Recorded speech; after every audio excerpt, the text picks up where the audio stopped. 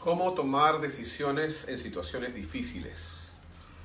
Este día lunes es un día también especial porque quizás la respuesta a esta pregunta que vamos a desarrollar ahora también es difícil. Así que tuvimos que tomar la decisión de responder en base a lo que la palabra nos enseña, nuestras convicciones, lo que la Biblia nos habla en realidad, para poder decir cuando te dan muchos consejos, ¿no? A veces uno tiene muchos consejos y quizás uno tiene que tomar decisiones, obviamente, ¿no? A la luz de los consejos. Entonces, vamos a hablar de eso, vamos a hablar de lo que la palabra nos enseña de la multitud de consejeros, ¿no? Y lo que significa la multitud de consejeros. Y luego vamos a ver en base a qué es que nosotros tenemos que tomar la decisión, ¿no?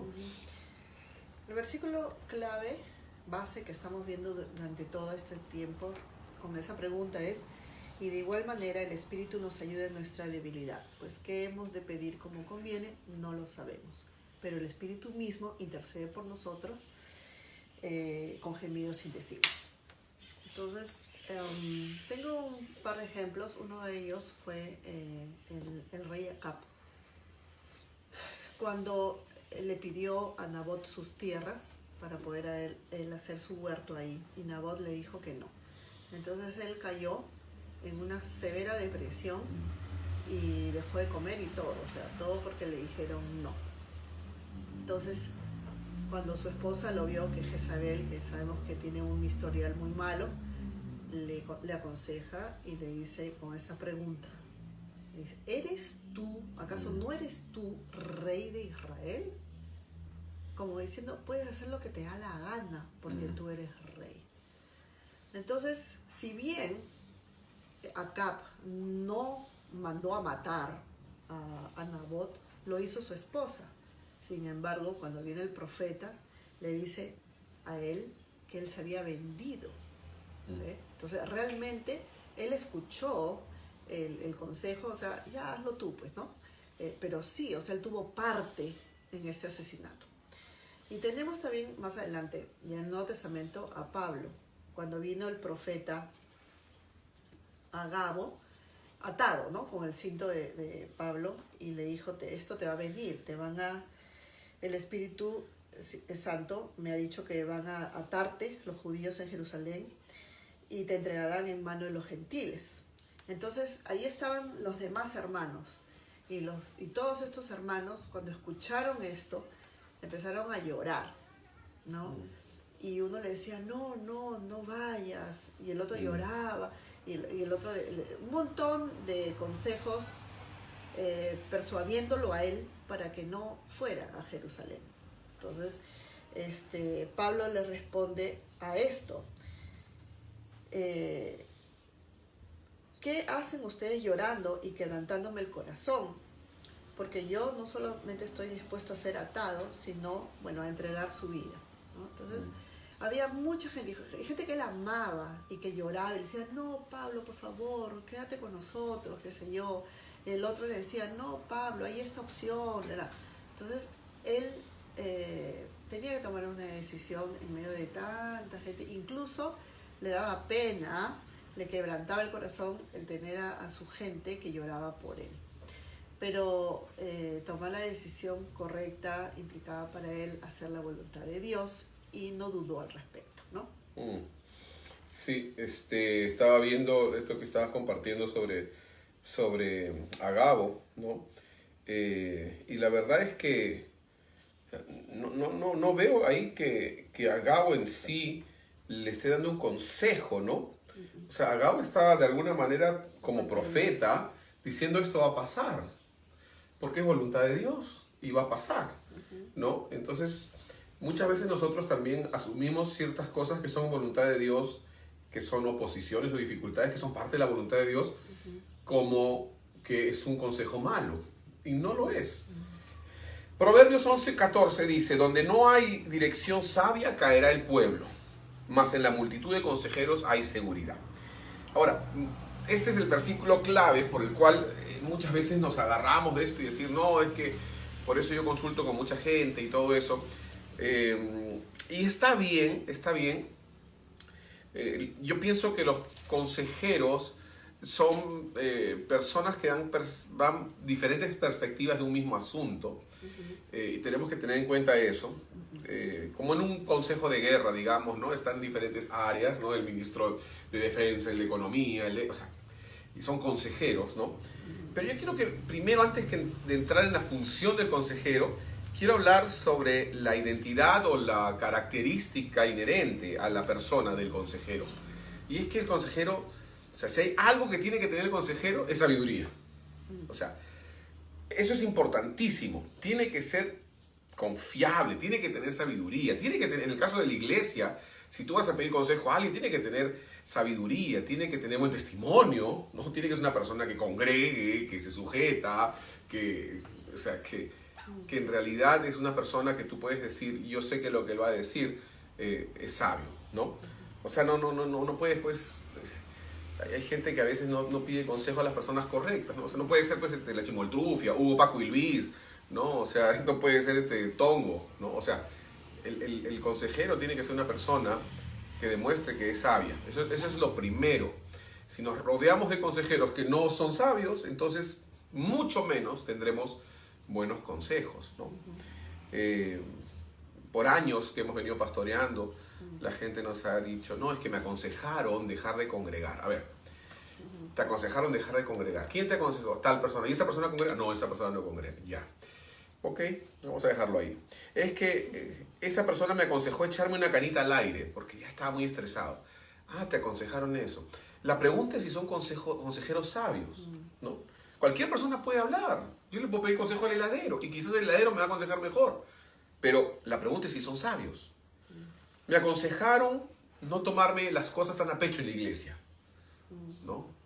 Suena bien, ¿no? Como cuando dicen, no, me aconsejaron atender a mi familia en casa y no congregar, porque más importante es la familia. Suena súper espiritual. La pregunta es si es un consejo sabio. Me aconsejaron botar a mi hijo de mi casa, ¿no? Me aconsejaron que guarde un secreto o una intimidad de uno de los líderes o del pastor y no le cuente a nadie. ¿Quién te aconseja eso? ¿Y cuál es el motivo, la motivación? ¿Qué testimonio tiene esta persona? ¿Qué sabiduría tiene esta persona? ¿No? Entonces, ahora ya descartando el tema de que el consejero tiene que ser una persona que tenga sabiduría, buen testimonio, que tiene que ser una persona que sea confiable, veamos el aspecto de que la multitud de consejeros se refiere a diversas personas que son sabias y que tienen una perspectiva individual respecto a lo mismo, al tema en cuestión, ¿no?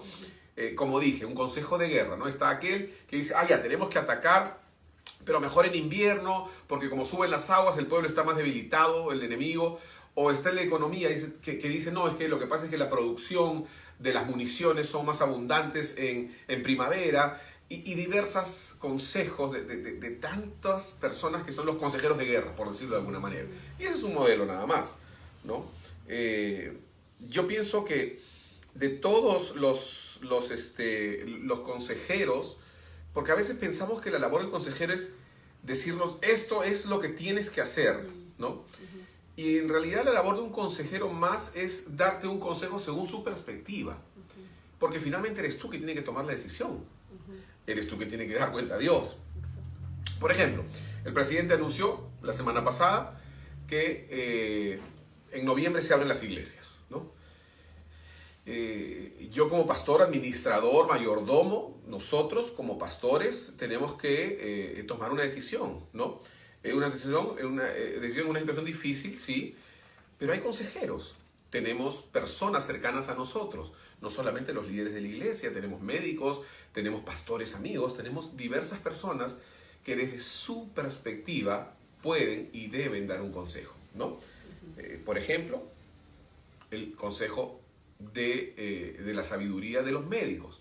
¿Cómo es el protocolo? ¿Cómo funcionaría? Otra vez para tener en la iglesia el acceso a las personas en el templo, la limpieza, la higiene, el distanciamiento, la ventilación y todo lo demás. Son consejos. Es una perspectiva de lo mismo respecto a su sabiduría, ¿no? Luego tenemos el consejo sabio de otros pastores, ¿no? Otros pastores que nos dicen la salud espiritual es muy importante, muchas veces por encima de la salud natural, ¿no? Congregar es una necesidad, no solo es un mandato, es una necesidad, es saludable, ¿no? Es bueno. Luego tenemos los consejos sabios de los principios bíblicos, ¿no? Salmos 133, cuán bueno, cuán delicioso es habitar los hermanos juntos en armonía, ¿no? Luego tenemos consejos sabios de los líderes de la iglesia local. Mantengamos, por ejemplo, las transmisiones en vivo y demos la libertad a cada cual a quedarse en casa o venir al templo, según la fe y la comodidad de cada uno, sin que uno juzgue al otro ni este al uno, ¿no? Si tú quieres quedarte en casa, no hay problema, gloria a Dios. Si quieres venir, no hay problema, gloria a Dios. Acá tendremos el protocolo adecuado, ¿no? Entonces, de todos los consejeros, yo pienso, y te da un ejemplo porque es nuestra situación actual, pero estamos hablando de tu vida ahora, ¿no? Yo pienso que de todos los consejeros tú puedes armar, ¿no? Puedes preparar una idea más completa, porque te muestra todas las perspectivas de lo mismo. Otra cosita, ningún buen consejero va a anular o echar por tierra el consejo de otro. Si es un consejero sabio, va a considerar lo que dice el otro consejero también, ¿no? De hecho se complementan, diría yo, ¿no? Pero como te repito, finalmente la decisión la debes tomar tú, pidiendo obviamente el consejo de Dios, ¿no? Y quiero hacer un paréntesis aquí de la importancia de los consejeros también, porque hay algunos que son los llamados llaneros solitarios, ¿no? Aquellos que dicen, yo solo oigo a Dios. A mí nadie me habla, solo Dios. Yo no oigo a hombre alguno. Y suena súper espiritual. Como dice Diandra, suena como un zen. Otros dicen, maldito el que confía en el hombre, ¿no? Y claro, son versículos y uno puede manipular los versículos como uno quiera según su carne, pero en realidad la pregunta es si es que es apropiado eso para el contexto que uno está hablando. El hecho es que la palabra dice que en la multitud de consejeros hay sabiduría, hay seguridad, ¿no? Pedir consejo es bueno. Y le hablo para aquellos que quizás por ahí se infiltró un llanero solitario en esta transmisión y me encantaría que escuche esto. Pedir consejo es bueno, porque refleja humildad, dependencia y necesidad, que somos un cuerpo. Todos necesitamos consejo. Así que termino con el Salmo 25. ¿Quién es el hombre que teme a Jehová? Él, el Señor, le enseñará al hombre el camino que el hombre ha de escoger, a la luz de toda esta gama de consejos sabios de personas que ven la situación desde su perspectiva. Los dejo con esto, hermanos, que el Señor los bendiga abundantemente. Amén.